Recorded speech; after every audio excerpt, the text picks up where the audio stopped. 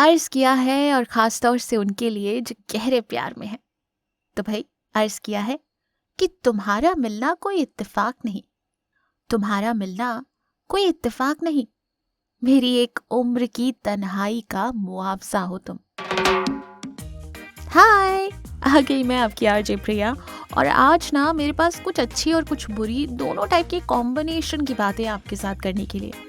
एक सवाल है जो हमने पिछले वीडियो में छोड़ा था, जिसका जवाब भी है और उससे रिलेटेड एक स्टोरी भी है, कुछ प्यारे मैसेजेस भी हैं, और हाल ही में जो चल रहा है उस पर डिस्कस भी करना है। लेकिन सबसे पहले, कैसे हैं आप? I am sure and hopeful कि आप अच्छे ही होंगे, और अगर अच्छे नहीं हो तो ना अच्छे होने का कारण हमें बताइए, डिस्कस करेंगे। तो चलिए बिना किसी इंतजार के आज के शो की शुरुआत करते हैं। और सबसे पहले मैं डिस्कस करना चाहती हूँ मेरठ मर्डर केस। आप सब ने मेरठ का मर्डर केस तो सुना ही होगा, जहाँ पर एक वाइफ ने अपने लवर के साथ मिलकर अपने हस्बैंड को मार दिया। और ऐसे अनगिनत केसेस आ रहे हैं, अनगिनत, जहाँ पर एक इंसान को अब दूसरे इंसान में इंटरेस्ट नहीं रहा, तो उसे लगता है कि इसे छोड़ना एक ऑप्शन नहीं है, या इससे अलग होना एक ऑप्शन नहीं है, इसे मार देना ही ऑप्शन है। मतलब किसी दूसरे इंसान को आज के डेट में मार देना इतना सरल कैसे हो गया?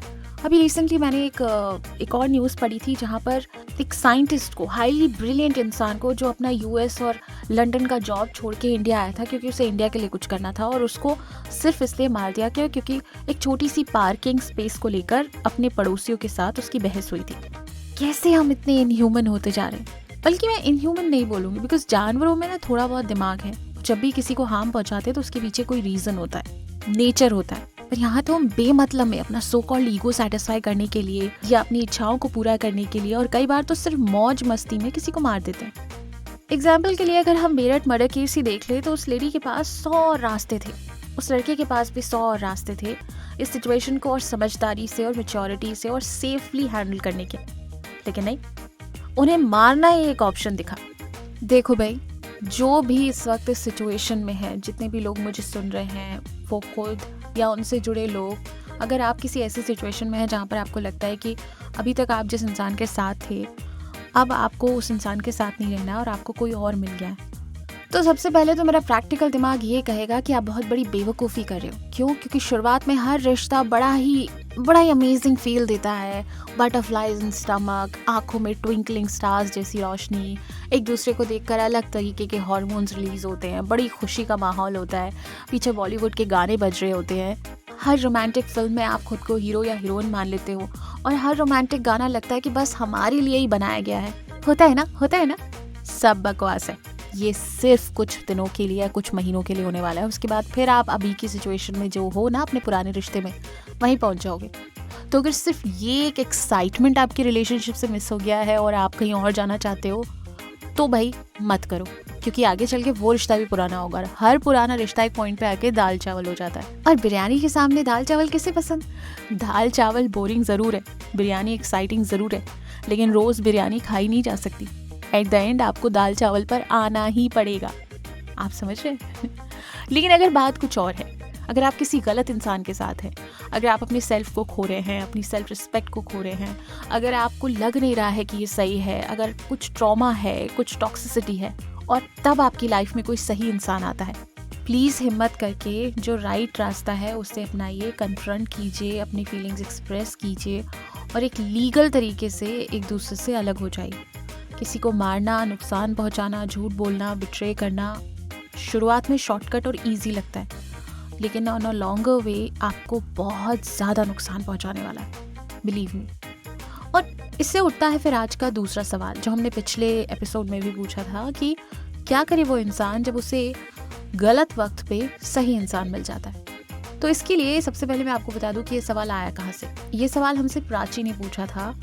प्राची ने बहुत डरते डरते अपनी ये कहानी हमसे शेयर करी है, इसलिए मैं बहुत कम शब्दों में ज़्यादा डिटेल्स ना देते हुए इस कहानी को आपके साथ शेयर करूँगी। तो कहानी ये थी कि प्राची के हस्बैंड की 1 साल पहले, मान लीजिए, लगभग डेथ हुई है, और वो काफ़ी सदमे में हैं, काफ़ी उदास भी हैं ज़िंदगी में, और बहुत मुश्किल से खुद को संभाल रही हैं। इस पूरे प्रोसेस में उनका एक बहुत पुराना स्कूल फ्रेंड है जो उनकी काफ़ी मदद कर रहा है। लेकिन प्रॉब्लम यहाँ है कि अब इस स्कूल फ्रेंड को प्राची से सिर्फ फ्रेंडशिप नहीं, लगाव भी हो गया। लेकिन प्राची के लिए ये बहुत मुश्किल है, क्योंकि एक, उन्होंने अपनी ज़िंदगी का एक बहुत कीमती इंसान हाल ही में खोया है, और दूसरा, वो अभी इस रिश्ते के लिए तैयार नहीं है। तीसरा, सोसाइटी का प्रेशर। मतलब हालांकि प्राची ने अभी तक डिसीजन नहीं लिया है, लेकिन वो ये नहीं समझ पा रहे हैं कि क्या उन्हें इस इंसान के साथ अपनी ज़िंदगी आगे बढ़ानी चाहिए, क्या ये सही फैसला होगा, सोसाइटी, समाज, फैमिली और उनका खुद का सेल्फ क्या ये चीज़ अलाउ करेगा। तो इसलिए प्राची ने हमसे ये सवाल पूछा था कि क्या गलत वक्त पे सही इंसान का मिल जाना सही है या गलत, और अगर ऐसा हो तो क्या करें।